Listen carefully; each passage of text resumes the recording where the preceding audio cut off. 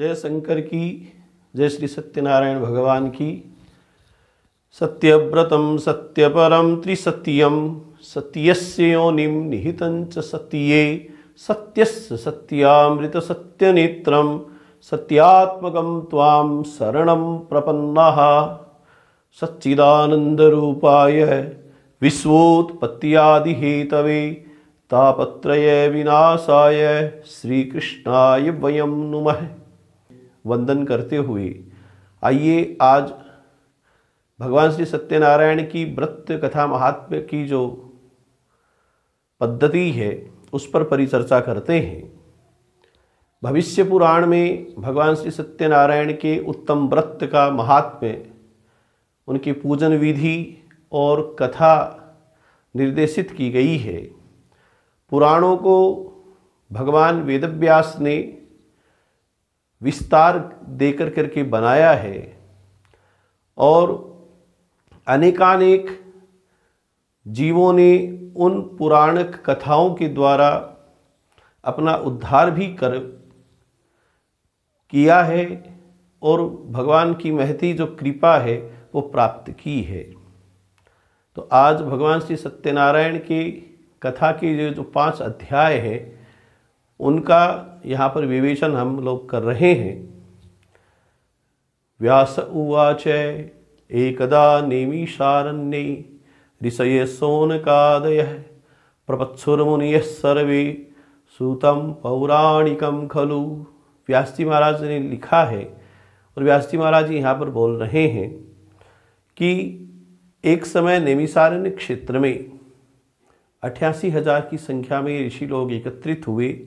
वो सभी ऋषि तपोनिष्ठ हैं, वेद विद्य हैं और अपनी भक्ति के द्वारा, अपनी तत्व विवेचना के द्वारा उन्होंने अहरनिश केवल कथा कीर्तन सत्संग यज्ञ सात्विक क्रिया इन पर ही ध्यान दे रखा है।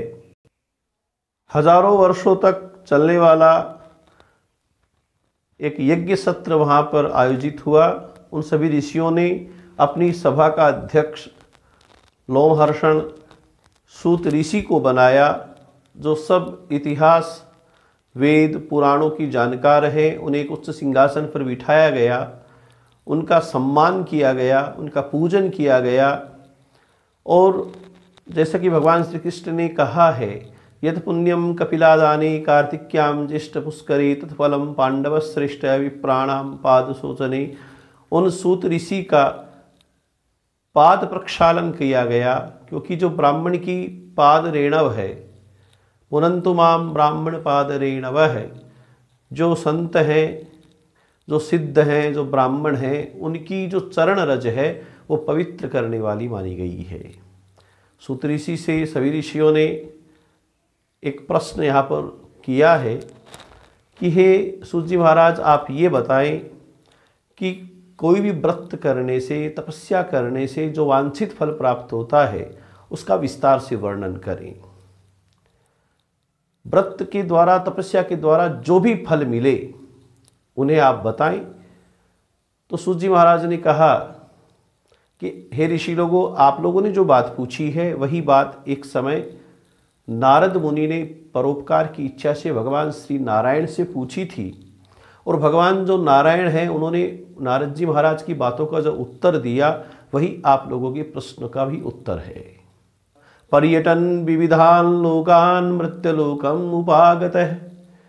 एक समय नारद मुनि जो है उन्हें हर लोक में जाने का स्वतंत्र अधिकार है, वो विचरण करते रहते हैं।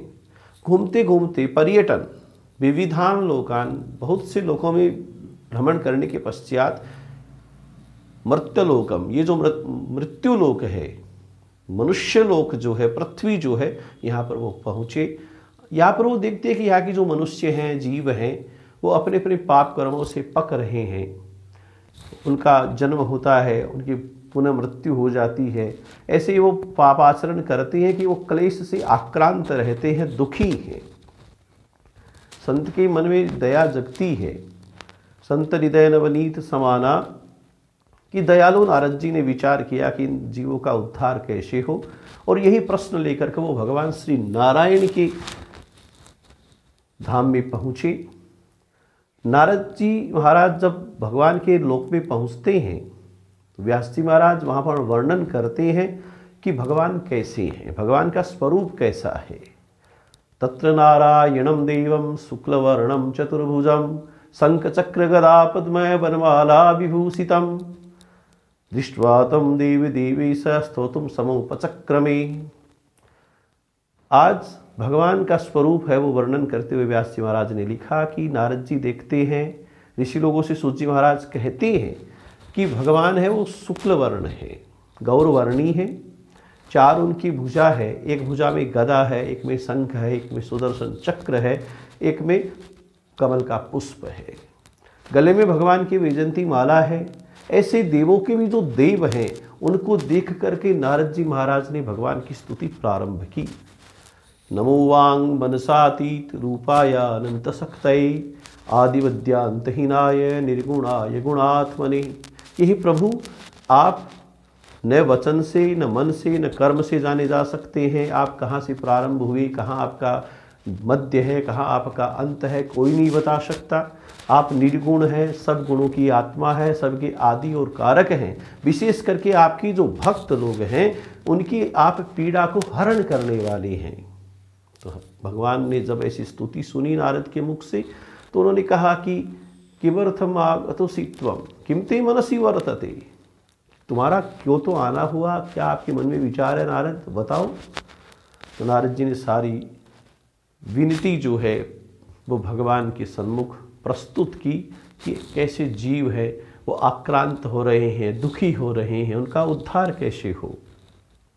तो भगवान ने कहा कि कैसा उपाय जानना चाहता है। तो नारद जी बोले कि कोई छोटा उपाय बताना प्रभु, मनुष्य तो वैसे ही स्वार्थी हैं, विस्तार में अगर कुछ बता देंगे तो वो कुछ कर नहीं पाएगा। तो भगवान ने कहा कि बहुत ही छोटा सा उपाय है और उस उपाय को कहते हैं भगवान श्री सत्यनारायण का उत्तम व्रत। भगवान श्री सत्यनारायण के व्रत को करने से मनुष्य जो है मोह से छूटकर, क्योंकि मोह जो है वह मनुष्य के बंधन का कारण बनता है। मनुष्य अपना वास्तविक धर्म, लक्षण, उद्देश्य इन सब को छोड़ करके मोह के कारण से ही, माया से आबद्ध होने के कारण से ही पाप पर पाप करता रहता है और इसी के फलस्वरूप उसकी अधोगति होती है। तो व्रत के माध्यम से, सत्यनारायण की कृपा से उस मनुष्य का मोह बंधन वो छूट जाता है और उस जीव का उद्धार हो जाता है, उसे भक्ति मिलती है, उसे शक्ति मिलती है, उसे मुक्ति मिलती है। तो नारद जी महाराज ने यहाँ पर 3 प्रश्न किए। पहला प्रश्न किम फलम, दूसरा प्रश्न किम विधानम, तीसरा प्रश्न कृत्वा केनैव तद व्रतम, कि व्रत का फल क्या है, व्रत का विधान क्या है, विधि क्या है और व्रत कब किया जाता है। तो पहले 2 प्रश्न है वो उल्टे हो गए, पहले विधान पूछते फिर फल पूछते। नारद जी ने जिस क्रम से पूछा भगवान ने उसी क्रम से उत्तर देना प्रारंभ किया कि फल, क्योंकि नारद जी के मन में ये रहा है या ये बात उभरी होगी कि जो मनुष्य है वो स्वार्थी है, वो कोई भी सत्कर्म तब करता है जब उसका सद्य परिणाम उसे उसके लाभ के रूप में प्राप्त हो। तो भगवान ने कहा कि दुख शोकादि शमनम धन धान्य प्रवर्धनम सौभाग्य संतति करम सर्वत्र विजय प्रदम, कि इसका फल है वो ये है कि मनुष्य है वो दुखी रहता है तो उसका दुख छूट जाता है, आक्रांत है तो उसका शोक मिट जाता है, धन धान्य की उसकी वृद्धि हो जाती है, सौभाग्य की प्राप्ति होती है, संतान की प्राप्ति होती है और सर्वत्र विजय प्रदम, हर जगह वो विजय प्राप्त करता है। अब मनुष्य की यही तो आकांक्षाएं होती है, महत्वाकांक्षाएं होती हैं, वो यही अपेक्षा करता है मनुष्य जीवन में कि मुझे दुख ना आए, मैं शोक से ग्रसित न रहूं, मेरा धन है वो बढ़ा रहे, धान्य की प्रवृद्धि रहे, सौभाग्य बना रहे, संतति प्राप्त होती रहे, मैं हर जगह विजय प्राप्त करूं, मुझे डर न लगे। और भगवान ने कहा कि इस व्रत के माध्यम से तो मुक्तो भवति मानुष है, मनुष्य जो है उसकी मुक्ति भी हो जाती है। फल बताने के बाद में अब भगवान ने विधान बताना प्रारंभ किया कि यस्मिन् कस्मिन् दिने मृत्यो भक्ति श्रद्धा समन्वित है सत्यनारायणम देवम यजिच्चैव निशामुखी। कि व्रत करने का विधान यही है नारद कि जिस दिन भी मनुष्य के मन में श्रद्धा उत्पन्न हो, कोई आवश्यक नहीं कि वो पूर्णिमा के दिन व्रत करे, संक्रांति के दिन व्रत करे, जिस दिन भी मन में इच्छा हो गई सायंकाल के समय में भगवान श्री सत्यनारायण का धर्म पर तत्पर और आरूढ़ होकर करके व्रत करें। और व्रत में जो विशिष्ट बात है कि सपादम चैक कृत्य निवेदित, भगवान को सवाया रूप में प्रसाद जो है वो अर्पण करें। उसमें रंभा फलम घृतम क्षीरम गोदुष्मस्य चूर्णकम अभावे साली चूर्णम व शर्करा व गुड़स्तथा। केले का फल लेवे, पंचामृत के लिए गाय का दूध, गाय के दूध का दही, गाय का ही घी, मधु और शर्करा सम्मिश्रित करके पंचामृत बनावे। तुलसी दल से भगवान का चरणामृत तैयार करें और पंजीरी के रूप में गेहूं का चूर्ण या चावल का चूर्ण, जो भी अन्न उपलब्ध है उसका चूर्ण बनाकर उसमें घृत से उसकी सिकाई कर करके उसमें शर्करा संयुक्त करके सवाए रूप में प्रसाद वो निर्माण करें और भगवान की ध्यान विधि से आवाहनता करें अपने घर पर या भगवान श्री सत्यनारायण के मंदिर में, किसी आश्रम में, किसी तीर्थ पर, गौशाला में, शिव मंदिर में, जहाँ पर भी व्रत करना चाहें वहाँ पर बैठकर भगवान का मंत्रोच्चार से आवाहन करें।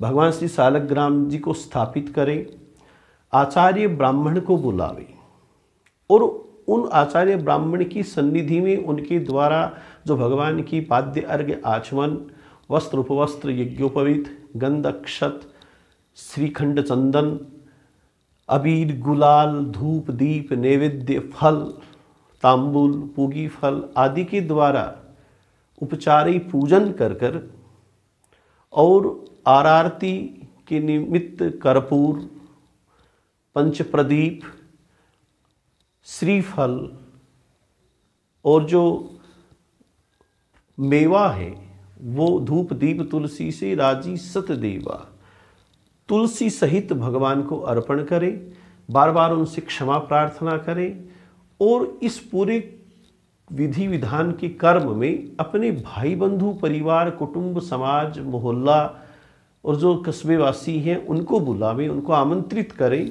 और उनके साथ में मिल कर करके मनोयोग के साथ भगवान की पूजा करें। रात्रि में जागरण करें, कीर्तन करें, भगवान का नामोच्चारण हो, भगवान की वहाँ पर तिष्ठता हो, ऐसे कृत्य करें। और दूसरे दिन भगवान के निमित्त से कथा सुनकर सबको प्रसाद वितरण कर, प्रसाद ग्रहण कर करके स्वयं भी प्रसाद प्राप्त कर ले। और अंत में कि ये व्रत अब समाप्ति की ओर है, जहाँ उपस्थित जन समुदाय है वो सारा का सारा भगवान श्री सत्यनारायण का मन से चिंतन करते हुए कि सर्वे भवन्तु सुखिनः सर्वे सन्तु निरामया, सबका कल्याण हो, सबके ऊपर भगवान की महती कृपा प्राप्त हो। असतो मां सद्गमय तमसो मां ज्योतिर्गमय मृत्योर्मा अमृतम गमय। इस उपनिषदीय वाक्यों के उच्चारण के साथ भगवान का स्मरण करते हुए अपने घर को चले जाए। अब इसमें जो भगवान का प्रसाद बना है वो विशिष्ट है, भगवान के प्रसाद का परित्याग न करें, भगवान के पंचामृत को ग्रहण करें, भगवान के चरणामृत को ग्रहण करें। ये सब चीज़ें अमृत तुल्य है। चरणामृत से सर्व व्याधि विनाशनम, आपकी सब व्याधियों का विनाश होगा, आपकी रोग मिट जाएंगे, आपकी आक्रांतता वो समाप्त हो जाएगी। और तुलसी है वो चमत्कारिक है, वैज्ञानिक है, उसके द्वारा शरीर के सारे जो ताप उपक्रम है वो नष्ट हो जाएंगे और आपका शरीर कीटाणु विषाणु से निर्मुक्त होकर करके एक नई ऊर्जा प्राप्त करेगा। पंचामृत है वो 5 प्रकार के अमृतों से संयोजन करके बनाया गया है। विष्णु को अर्पण हुआ, श्री सत्यनारायण जी को अर्पण हुआ, निस्संदेह वो आपके शरीर के लिए लाभकारी होगा। और जो पंचामृत का प्रसाद प्राप्त हो गया, जो पंजीरी प्राप्त हो गई, रंभा फल केले का फल है वो आपने प्रसाद में प्राप्त किया है, ये सब आपके लिए पुष्टिकारक और एक तरह से व्रत की पूर्णता के निमित्त भगवान की तरफ से आपको आशीर्वाद रहता है। इस तरीके से ये व्रत किया जाता है। भगवान विष्णु ने नारद जी को सारी विधि बताई है और ये प्रथम अध्याय यहाँ पर समाप्त होता है। दूसरा अध्याय सूची महाराज प्रारंभ करते हैं। उन्होंने ऋषियों से कहा कि अब मैं आपको ऐसा कथानक बताता हूँ कि जिसमें ये स्पष्ट होता है कि इस व्रत को पृथ्वी पर सर्वप्रथम किसने किया। उन्होंने वर्णन किया कि कश्चित काशीपुरी रम्य आसित विप्रोत निर्धन है, कि काशीपुरी में एक ब्राह्मण रहता, उसका नाम था शतानंद। बड़ा निर्धन था, भूख प्यास से व्याकुल रहता, उससे न कोई वार्ता करता है, न उसकी कोई मनस्थिति को पूछता है, उसके दुख की ओर कोई ध्यान देता है। बेचारा भिक्षा यापन करता और अपनी पेट उदर पूर्ति की ओर लगा रहता। अब कोई उसके पास में बैठने वाला नहीं, कोई उसके दुख को समझने वाला, जानने वाला नहीं, पूछने वाला नहीं, तो वो अहरनिश प्रभु का स्मरण करता। और इस स्मरण करने के निमित्त से ही एक दिन भगवान उसके ऊपर द्रवित हुए और भगवान विष्णु ने, भगवान श्री सत्यनारायण ने एक बूढ़े ब्राह्मण का वेश धारण कर कर उसके पास में आकर के पूछा, उससे प्रश्न किया, किमर्थम भ्रमते नित्यम महिम नित्यम सुदुखित है, कि आप हे ब्राह्मण देवता इस पृथ्वी पर घूमते रहते हो, दुखी दिखाई पड़ते हो, क्या बात है। तो ब्राह्मण को बड़ा ही हर्ष हुआ कि आज एक कोई पूछने वाला आया है कि मेरे दुख क्या है। तो तुरंत फूट पड़ा, बोल पड़ा कि ब्राह्मणोति दरिद्रो हम भिक्षार्थम भ्रमसे महिम, कि मैं जाति से ब्राह्मण हूँ, भिक्षा मांगने के लिए इस पृथ्वी पर घूमता फिरता रहता हूँ, मेरी दरिद्रता को मिटाने का कोई उपाय हो तो आप बताओ। तो तपस्वी ब्राह्मण है, निसंदेह मेरा कष्ट दूर करेंगे। अपना सारा कष्ट उन्हें निवेदन किया तो भगवान रूप ब्राह्मण के रूप में ही है।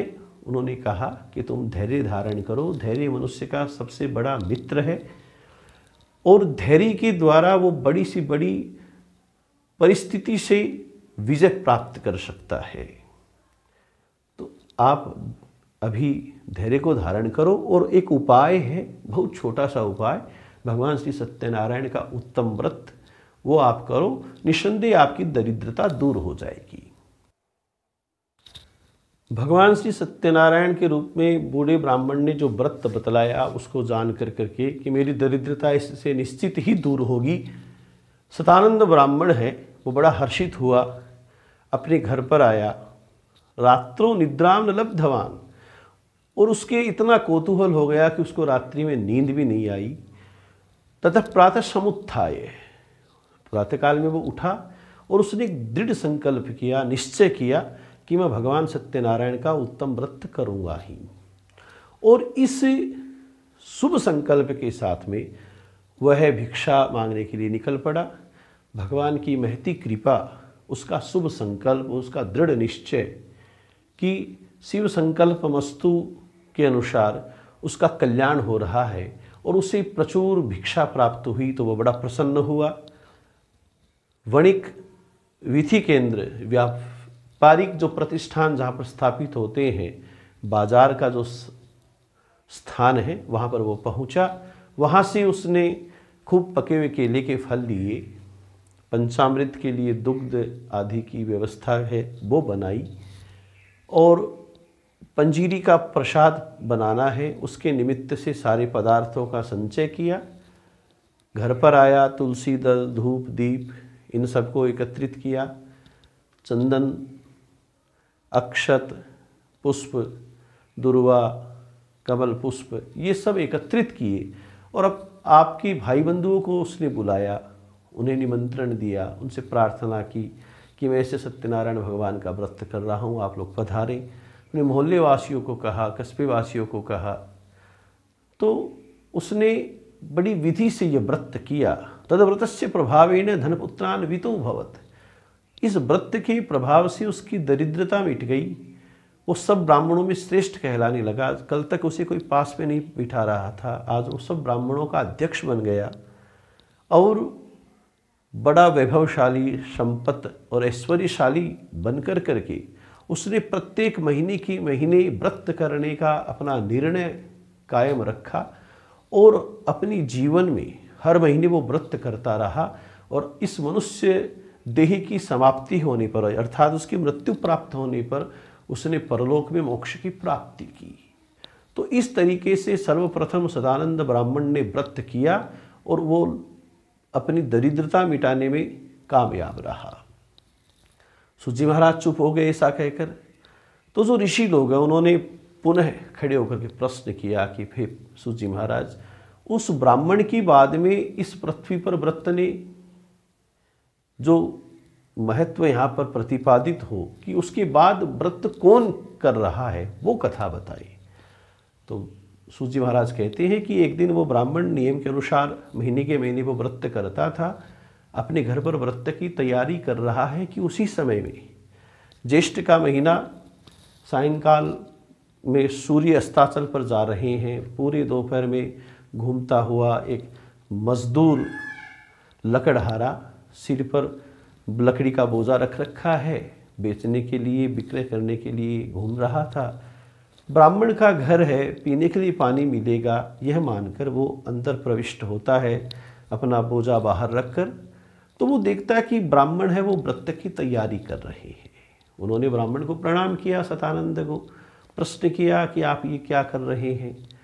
तो ब्राह्मण सतानंद ने पहले आए हुए अतिथि को जल पिलाया और उसके बाद में बताया कि भैया, आज जो कुछ भी ऐश्वर्य, संपत्ति, वैभवता जो दिखाई पड़ रही है ना तुझे, यह सत्यनारायण भगवान के उत्तम व्रत का परिणाम है, प्रसाद है। मैं भी तेरी तरह बहुत दरिद्री था, मुझे भी एक बूढ़े ब्राह्मण आए और उन्होंने व्रत बताया, मैंने व्रत किया, व्रत का परिणाम आज प्रत्यक्ष रूप से आप देख रहे हो। तो इतना चमत्कारिक व्रत है और इस व्रत को करने का कोई क्लिष्ट विधान भी नहीं है, वो सरल तरीका है। भगवान को अपनी भावना प्रस्तुत करनी है और भावनाओं के माध्यम से अगर व्रत करोगे तो निसंदेह भगवान आप पर प्रसन्न होंगे।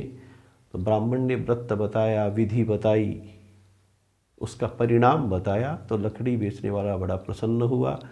व्रत की विधि को प्राप्त कर कर वो अपने घर पर पहुंचा। वही ब्राह्मण वाली स्थिति कि उसे भी रात्रि में नींद नहीं आई।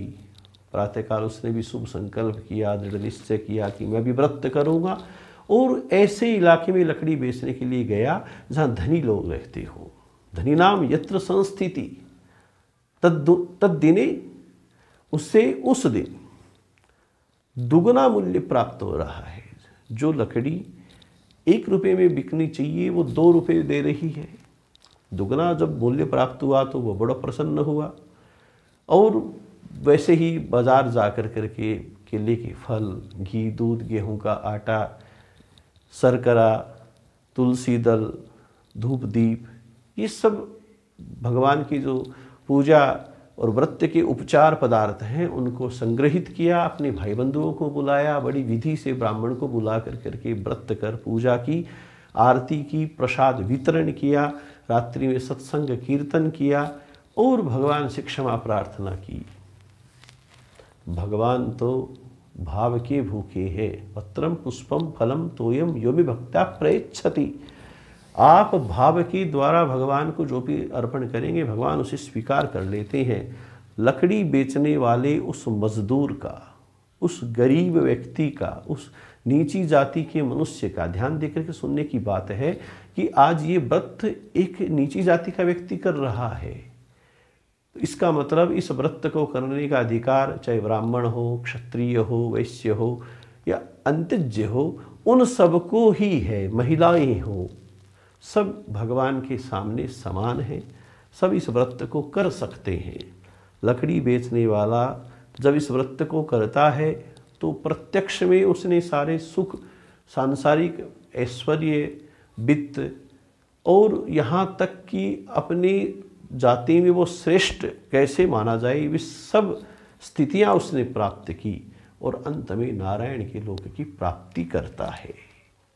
तरह से सूत जी महाराज ने ऋषियों के सामने दूसरा अध्याय यहाँ पर पूर्ण किया है और इस अध्याय में उन्होंने एक ब्राह्मण के द्वारा, एक अंतज्ञ के द्वारा, निम्न जाति के व्यक्ति के द्वारा व्रत करने पर जो सफलता प्राप्त की गई उनका वर्णन किया और व्रत की विधि बार बार वही कि भगवान को आप जितना भावातिरेक के द्वारा अपना प्रस्तुतिकरण करेंगे, भगवान आपके उतने ही ज़्यादा निकट आते चले जाएंगे। क्योंकि भगवान का एक सूत्र है कि आप भगवान की तरफ एक कदम बढ़ाएंगे, भगवान आपकी तरफ 20 कदम दौड़ कर करके चले आएंगे। और भगवान तो यहाँ पर इंतज़ार कर रहे हैं कि हे जीव, तेरा वायदा था कि तू मुझे प्राप्त करेगा और मैं तेरा यहाँ पर इतनी कौतूहल से इंतज़ार कर रहा हूँ कि मेरा अंश है, जीव है वो ब्रह्म का अंश है, मुझ में आकर के वो विलीन होगा, मुझे वो प्राप्त करना चाहेगा, प्राप्त करेगा। और भगवान इसी कारण से, जैसा कि आप इस मूर्ति को देख रहे हैं, ये आदिकाल से मेरे पूर्वजों ने यहाँ पर भगवान की अर्चना की है।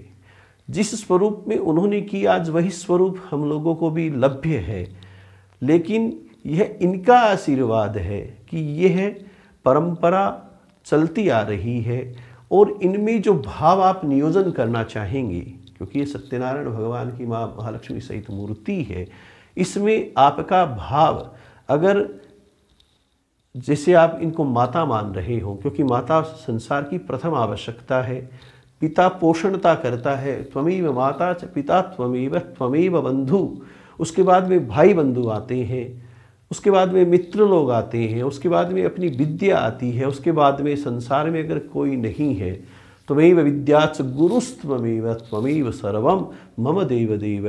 नारायण से बढ़कर अपना कोई हितैषी नहीं है। भगवान नारायण अपने सर्व हितैषी बनकर हर तरह से हमारी रक्षा करते हैं। यही सत्यनारायण के व्रत का विशेष यहाँ पर महात्म्य बताया जा सकता है। जय शंकर की।